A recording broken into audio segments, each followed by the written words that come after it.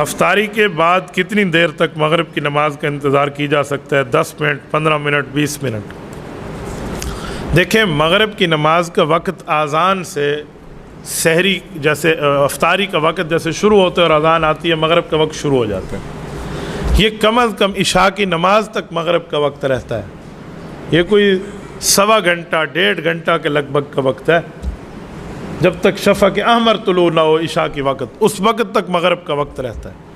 لیکن بہتر ہے آپ جلدی پڑھ لیں، اس لیے علماء فوراً پڑھ لیتے ہیں کہ اس میں دیر نہیں کرنی چاہیے. رمضان المبارک میں چونکہ افطاری کا وقت ہوتا ہے، تو اگر اس دوران فوراً آپ افطاری میں آپ اتنا زیادہ کچھ کھائیں پیا نہیں، نماز میں آ جائیں، تو وہ خشوع خضوع تو نہیں رہے گا نا. بندہ رکعت میں ٹھہرا ہوگا، ہائے میری فلانی شے رہ گئی ہے، تو پھر وہ اللہ کے سامنے ٹھہرنے کا فائدہ. اس لیے علماء کہتے ہیں بہتر ہے آپ کچھ کھا کے آئے، کوئی 15-20 منٹ دے دے بندہ.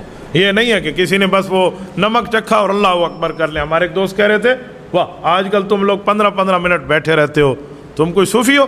ہمارے بزرگ تھے نمک کھاتے تھے اللہ اکبر.